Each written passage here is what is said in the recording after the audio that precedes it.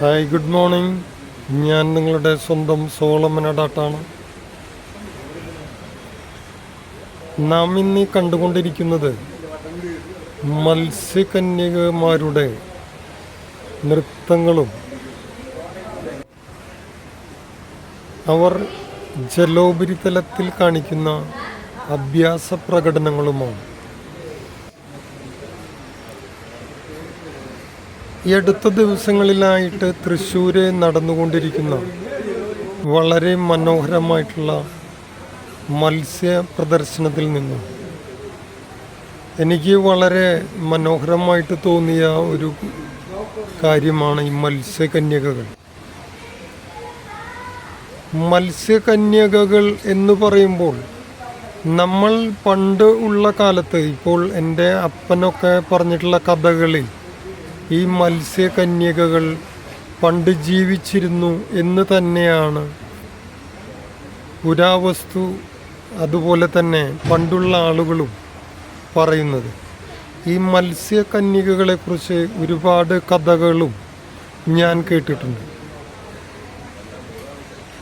മത്സ്യകന്യകകൾ ഇപ്പോൾ നമ്മുടെ വഞ്ചിയിൽ നിന്നോ കടലിലേക്ക് എന്തെങ്കിലും നഷ്ടപ്പെട്ടു പോവുകയോ എല്ലാം ചെയ്തു കഴിഞ്ഞാൽ ഇവർ അത് തിരിച്ച് നമ്മളെ ഏൽപ്പിക്കുകയും അവർ അത്രയ്ക്കും സത്യസന്ധരായിരുന്നു എന്നാണ് ഞാൻ പറഞ്ഞു കേട്ടിട്ടുള്ളത്.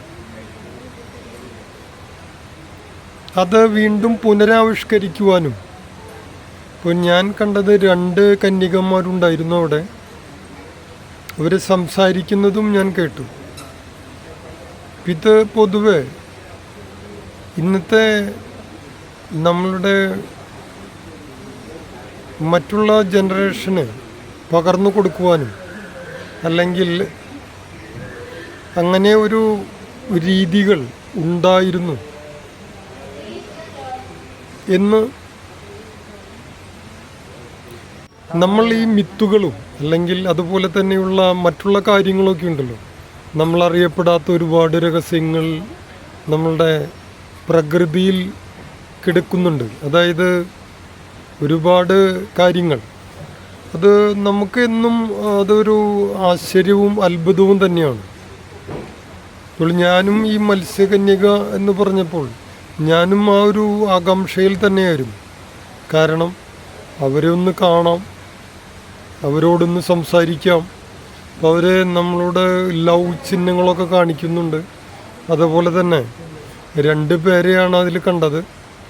അവർ വളരെ വിദഗ്ധമായിട്ട് തന്നെ നീന്തുന്നതും, അതുപോലെ തന്നെ ഒരുപാട് സമയം അവർ ആ വെള്ളത്തിൽ കിടന്നുകൊണ്ട് ഉള്ള അഭ്യാസ പ്രകടനങ്ങൾ മറ്റുള്ളവർ മനസ്സിന് കുളിരണിയിക്കുന്ന രീതിയിൽ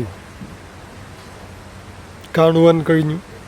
അവരുടെ കൂടെ നിന്ന് സെൽഫി എടുക്കുന്നതിനും അവർ മറ്റുള്ളവർക്ക് ഈ ടാറ്റ അല്ലെങ്കിൽ നമ്മൾ ടാറ്റ ബൈ ബൈ പറയുന്നതൊക്കെ വളരെ സന്തോഷത്തോടു കൂടി കണ്ടു നിന്നു. ഈ മത്സ്യ പ്രദർശനത്തിൻ്റെ ഏറ്റവും നല്ല ഒരു ഭാഗം, അല്ലെങ്കിൽ അതിലൊരു ആകർഷണീയമായിട്ടുള്ളൊരു കാര്യം തോന്നിച്ചത് ഈ ഒരു പ്രകടനം തന്നെയാണ്.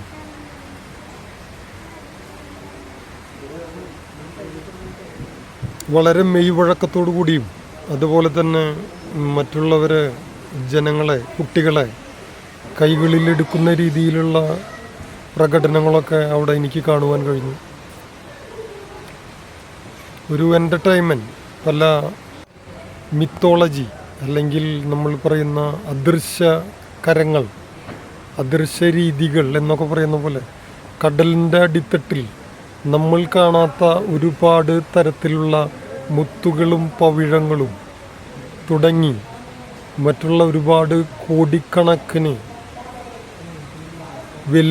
വിലപിടിപ്പുള്ള മുത്തുകളും ചിപ്പികളും ഉണ്ടെന്നാണ് പറയാറ്. അതിരിക്കുന്ന സ്ഥലം അറിയുന്നത് ഈ മത്സ്യകന്യകൾക്കാണ്. ആ ചിപ്പികളും മുത്തുകളും ഇരിക്കുന്ന സ്ഥലം അറിയുകയുള്ളൂ എന്നും അന്ന് ആ കഥകളിൽ ഞാൻ വായിച്ചിട്ടുണ്ട്.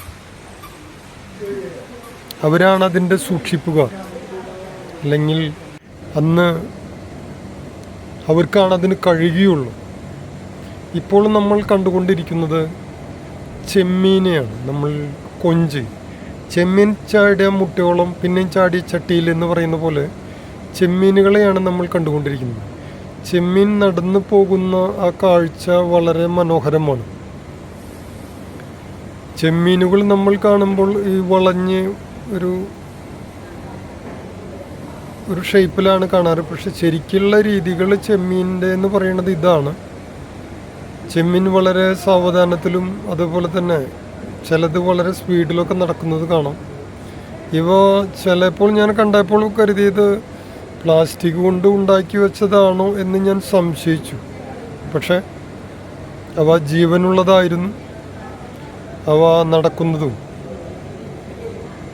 ഒക്കെ ഒരു വിചിത്ര കാഴ്ചയായിരുന്നു. ജലോപരിതലത്തിൽ പലതരത്തിലുള്ള ഇപ്പോൾ നേരത്തെ പറഞ്ഞ പോലെ തന്നെ ഈ കടലിലെ പുഴുവാണ് ഈ ചെമ്മീൻ എന്നൊക്കെ കേട്ടിട്ടുണ്ട്. ഒരുപാട് പ്രത്യേക തരത്തിലുള്ള മത്സ്യങ്ങളെ അവിടെ കാണുവാൻ കഴിഞ്ഞു. ഇതിനെ കണ്ടപ്പോൾ തന്നെ എനിക്ക് പുലിയുടെ ആ രൂപമൊക്കെയാണ് ഓർമ്മ വന്നത്. മീനുകളിൽ ഇത്ര തരത്തിലുള്ള, അല്ലെങ്കിൽ പിന്നീട് ഞാൻ സംശയിച്ചത് ഈ മീനെ പെയിൻ്റ് അടിച്ചിട്ടെങ്കിലും വെച്ചതാണോ എന്ന് വരെ എനിക്ക് സംശയിക്കാമല്ലോ. സംശയം ഒരു രോഗമാണ്. പക്ഷേ ഈ മീനെ കണ്ടപ്പോൾ വളരെ ഒരു വിചിത്രത തോന്നിച്ചു. കാരണം വളരെ മനോഹരമായിട്ട് അതിൻ്റെ ദൈവത്തിൻ്റെ സൃഷ്ടികൾ എങ്ങനെയുണ്ടെന്ന് ഞാനും ഒന്ന് ഓർത്തുപോയി.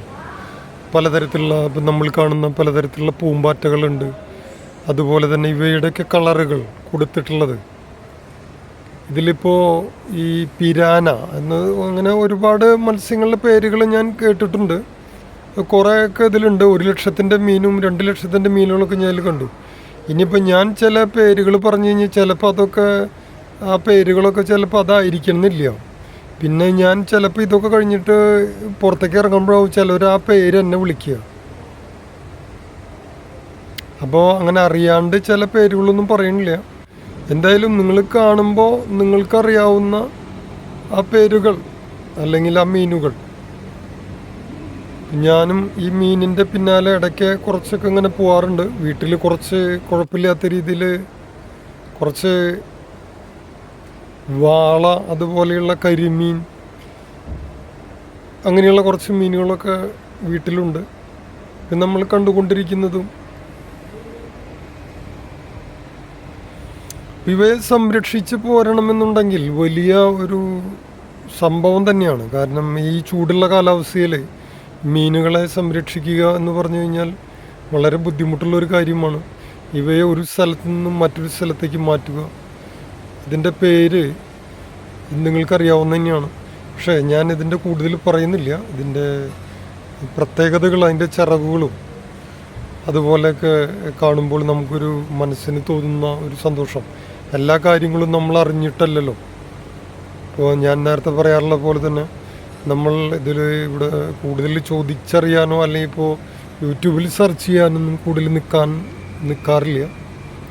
നമുക്ക് തോന്നുന്ന, നമ്മൾ കണ്ട ഒരു വീഡിയോ മറ്റൊരാളെ കാണിക്കുന്നു. അത് ചിലപ്പോൾ എനിക്ക് എല്ലാവർക്കും എല്ലാതും അറിയാൻ പാടില്ല എന്ന് പറഞ്ഞ പോലെ തന്നെ എനിക്കറിയാത്ത ഒരുപാട് മീനുകളെ ചിലപ്പോൾ ഇപ്പോൾ അവിടെ ചെറിയ കുട്ടികളൊക്കെ നിന്നിട്ട് ഓരോ മീനിൻ്റെ പേരുകളൊക്കെ അവർ വിളിച്ച് പറയുന്നുണ്ട്. അപ്പോൾ ആ മീനിൻ്റെ പേരുകൾ ആ ചെറിയ കുട്ടികൾ പറയണ കേട്ടപ്പോൾ തന്നെ വളരെ അതിശയമായി. കാരണം അവരെല്ലാം ഇത് കണ്ട്, അവരെല്ലാം വേറൊരു സൈറ്റിൽ ഇത് കണ്ടിട്ട് വന്നിട്ടുള്ള ആളുകളുണ്ട്. അവർക്ക് ഇത് കണ്ടപ്പോൾ ആ മീനുകളെ ഓർമ്മ വന്നു. അവരത് ഉറക്കെ വിളിച്ചു പറയും. അങ്ങനെയാണ് ആ മീനിൻ്റെ പേര് അതാണെന്ന് എനിക്ക് മനസ്സിലായത്. ഞാൻ വീണ്ടും നടന്നുകൊണ്ടേയിരുന്നു. കാരണം നമ്മൾ 120 രൂപ കൊടുത്തതാണല്ലോ. അപ്പോൾ നമുക്ക് എന്തായാലും കുറച്ച് മീനുകളെയും കൂടി ഒന്ന് കാണാം. അവരും പറഞ്ഞു നമുക്ക് അതിൻ്റെ ഫോട്ടോസോ വീഡിയോസോ എടുക്കണോണ്ട് വിരോധമില്ല, ഇത് കണ്ടിട്ടെങ്കിലും കുറച്ച് പേര് വരട്ടെ എന്നുള്ള ഒരു കാര്യമാണ് അവർ പറഞ്ഞത്. പിന്നെ ഒരുപാട് ഫോട്ടോസുകൾ അവിടെ നമ്മൾ പോകുന്ന വരാന്തയിൽ തന്നെ നമുക്കിരിക്കുന്നത് കാണാം. ചിലതൊക്കെ ത്രിമാന ഫോട്ടോസായിട്ട് എനിക്ക് അനുഭവപ്പെട്ടു. കാരണം അത്രയ്ക്കും നല്ല ക്ലാരിറ്റിയിലൊക്കെ ആ ഫോട്ടോസ് ചെയ്തിരിക്കുന്നത് കാണുമ്പോൾ വളരെ ഭംഗി തോന്നിച്ചു. ക്രിസ്മസിൻ്റെ പല രാജ്യങ്ങളിൽ നടക്കുന്ന മഞ്ഞ് വീഴുന്ന രാത്രികളും ക്രിസ്മസ് അപ്പൂപ്പൻ സമ്മാനങ്ങളുമായിട്ട് പല വീടിൻ്റെ വരാന്തകളിലും പല വീടിൻ്റെ മുറ്റങ്ങളിലും വന്ന് നിങ്ങൾക്ക് എന്തു വേണം എന്ന് ചോദിക്കുന്ന ചിത്രങ്ങളും മാനുകളായിട്ടുള്ള മഞ്ഞിലൂടെയുള്ള യാത്രകളും ക്രിസ്മസ് ട്രീകളും വളരെ മനോഹരമായി മാൻകൂട്ടങ്ങളോട് ക്രിസ്മസ് അപ്പൂപ്പൻ സംസാരിക്കുന്ന ഒരു ചിത്രവും എനിക്കവിടെ കാണുവാൻ സാധിച്ചു.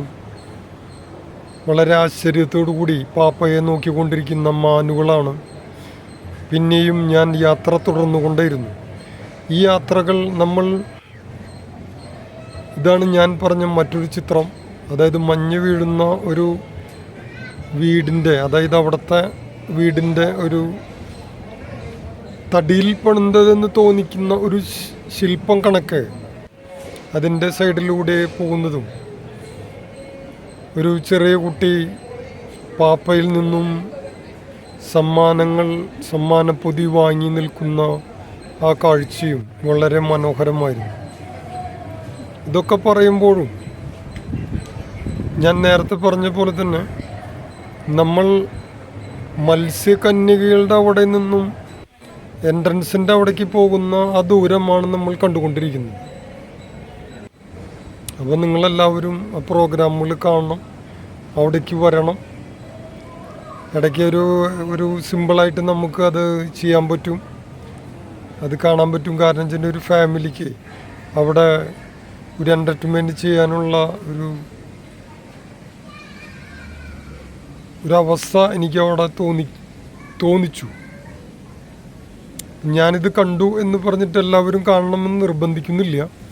കാരണം നമ്മുടെ തൃശ്ശൂരാണ് പ്രോഗ്രാം നടന്നുകൊണ്ടിരിക്കുന്നത്. അപ്പോൾ ഒരുപാട് പരസ്യങ്ങളും കാര്യങ്ങളൊക്കെ നടക്കുന്നുണ്ട്. നമുക്ക് ഇതെന്താ ഈ സംഭവം എന്നറിയാൻ വേണ്ടിയിട്ടാണ് ഞാനും പോയത്. അപ്പോൾ ഇത്ര നേരം സഹകരിച്ച എല്ലാവർക്കും നന്ദിയുണ്ട്. ബാക്കിയുള്ള പ്രോഗ്രാമുകൾ നിങ്ങൾ കാണുമെന്ന പ്രതീക്ഷയിൽ നിങ്ങളുടെ സ്വന്തം സോളമൻ അടാട്ട്.